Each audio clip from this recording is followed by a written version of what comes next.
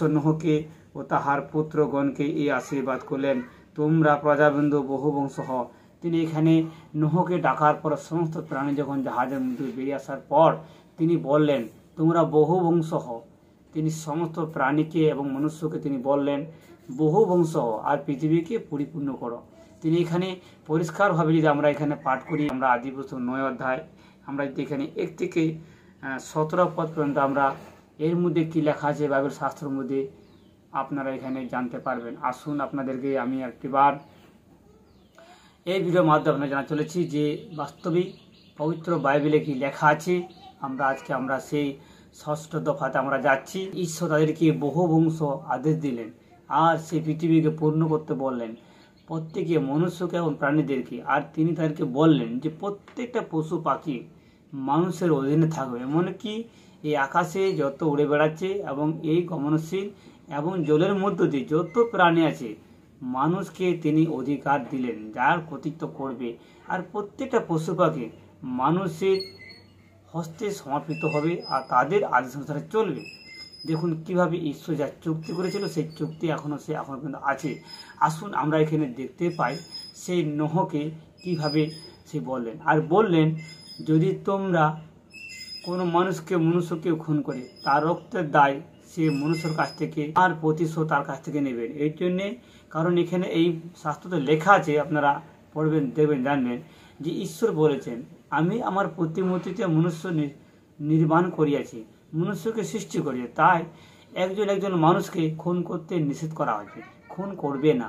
আগে যে খুন হবার পর তারপরে পৃথিবীর সমস্ত মানুষকে সে বন্যার মাধ্যমে 40 দিন বৃষ্টি হবার পর সমস্ত মানুষকে তিনি মেরে ফেললেন। অর্থাৎ সেখানে কয়েকটা ঈশ্বর ভক্ত লোককে 8 জনকে অর্থাৎ নূহর পরিবার করলেন। রক্ষা করার পর আরেকটা এবার চুক্তি করলেন। সেই সৃষ্টি মানুষকে বহু বংশ করার পর তিনি আদেশ দিলেন, তিনি চুক্তি করলেন যে এইভাবে সমস্ত পশু পাখিকে তোমাদের হস্তে সমর্পণ করা। সমস্ত ভূতলে, আকাশে এবং এই পাতালে যা কিছু জলের মধ্যে আছে সব কিছু তোমাদের কথায় অধীনে থাকবে। চুক্তি। আর বললেন যে একজন মানুষকে কখনো যেন খুন না হয়, যদি কেউ খুন করে তার রক্তের প্রতিশোধ ঈশ্বর সে অনুসারে নেবেন। কিন্তু দেখবেন যখন আবার অতিরিক্ত যখন পরিপূর্ণ হওয়ার পর এখন দেখবেন আবার সে খুন আরম্ভ করে।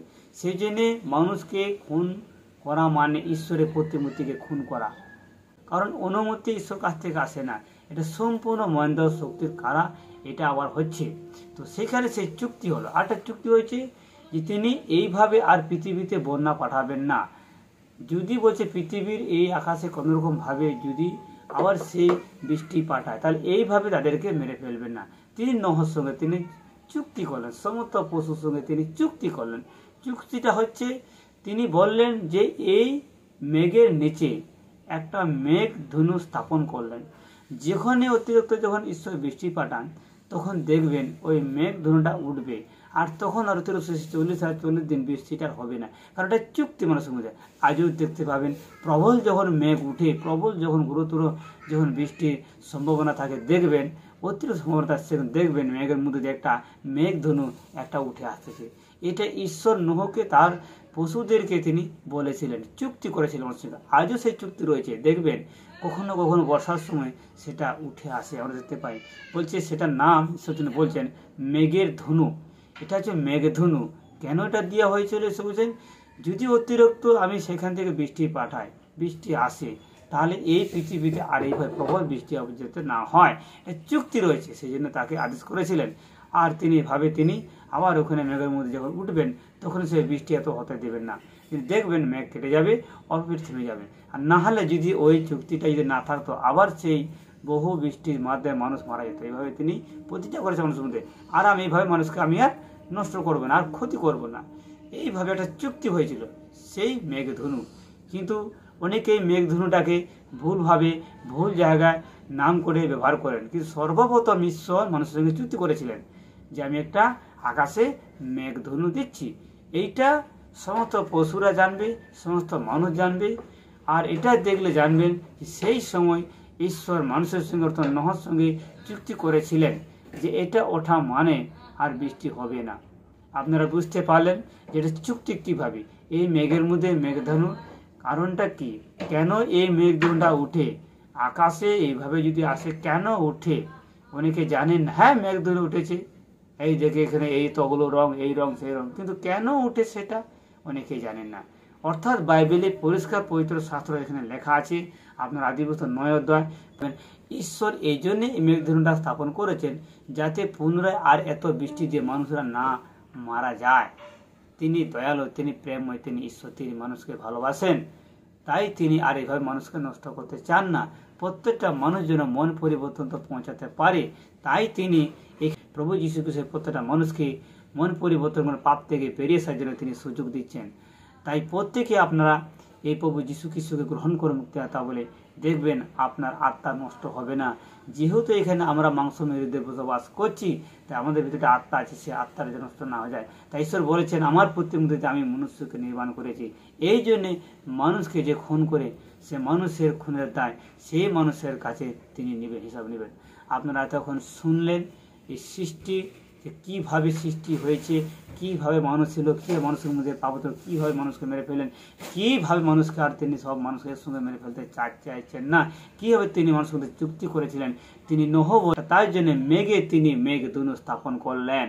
আজও আমরা দেখতে পাই যখন তখন মেঘ উঠছে। এটাই যখন তিনি সে বলেছে, যখন এটা উঠবে বলছে তোমাদের মনে পড়বে যে আমি যে প্রতিজ্ঞা তোমাদের সঙ্গে মানুষের সঙ্গে চুক্তি হয়েছিল সেই চুক্তি স্মরণ করবে। বলছে বংশের পর বংশ, পিঢ়ি পর পিঢ়ি এই চুক্তি থাকবে। তখনই স্মরণ করবে যে এক সময় মানুষ ঈশ্বর অবাধ্য কারণে ঈশ্বর সমস্ত ভূতলের প্রাণী মানুষকে তিনি বন্যা দ্বারা মেরে ফেলেছিলেন, কিন্তু আবার তিনি প্রতিজ্ঞা দিয়েছেন এভাবে আর মেরে ফেলবো না। এইটাই হচ্ছে ঈশ্বরের সঙ্গে চুক্তি, যা আপনারা অনেকে দেখতে পাবেন। আপনারা বুঝলেন না তখন যে ঈশ্বরের সঙ্গে মানুষের চুক্তি একটা শূন্যের মধ্যে, আকাশ শূন্যের মধ্যে একটা সে মেঘধনু স্থাপন করলেন। আর সেই জন্যে প্রবল বৃষ্টি এখন আর হচ্ছে না। খুব জোর হতে পারে এক সপ্তাহ, কিন্তু আর হচ্ছে না বেশি। সেই জন্যে মানুষ আর বন্যাতে একভাবে ওই জন্য নষ্ট হবে না। আপনারা শুনলেন এবং জানলেন, আপনাদেরকে ধন্যবাদ জানাই। এতক্ষণ ধৈর্য ধরে ভিডিওটি দেখেছেন, জানলেন যে মানুষের সঙ্গে ঈশ্বরের চুক্তিটা কি ছিল। আর সমস্ত পশুকে মানুষকে অধীনে দিচ্ছেন, তিনি ওনাদের কথা সব কিছু তিনি আমাদের আপনারা জানবেন। এবারে ভাষাগত কিভাবে এই পৃথিবীতে এত ভাষা এসেছে, একটি ভাষা ঈশ্বর দিয়েছিলেন, কিন্তু আজ এত বিভিন্ন গোষ্ঠীর মাধ্যমে এত ভাষা আসছে কি করে, বা এই ভাষাটা এক ভাষা থেকে এত ভাষা ভেদাভেদ কি করে হলো, আপনাদের পুরো ভিডিওগুলো জানবেন। আমি তখন বিশ্বাস করি আপনারা ভিডিও দেখেছেন, আপনাদের ভিডিও ভালো লাগছে, যে সৃষ্টির বিষয়ে আপনারা পরের পর আপনারা বুঝতে পারছেন। তাই এই ভিডিওটিকে আপনারা সাবস্ক্রাইব করবেন এবং শেয়ার করবেন, লাইক করবেন, যাতে অন্যরা যেন বুঝতে পারে। অনেকেই বাইবেল হাতে নেই, আপনারা চার্চেও আসছেন না, প্রার্থনা তো আসছেন না, আপনারা বাইবেলকে অনেকে হয়তো ভুলভাবে ধর্মগ্রন্থ ভেবে আপনারা পড়ছেন না। তাই আপনাদের জন্য ভিডিওগুলো পর আমি পুরো বাইবেলটা এই ভিডিওর মাধ্যমে প্রকাশ করতে চাই, যাতে আপনারা ঈশ্বরের সৃষ্টি বিষয়গুলো জানুন। আপনারা জানুন এই পৃথিবী যখন এসেছেন, কেউ না কেউ পৃথিবী এনেছেন, শ্বাস প্রশ্বাস বাঁচিয়ে রাখছেন, আপনারা ওনাকে জানুন তিনি কীভাবে সৃষ্টি করেছিলেন।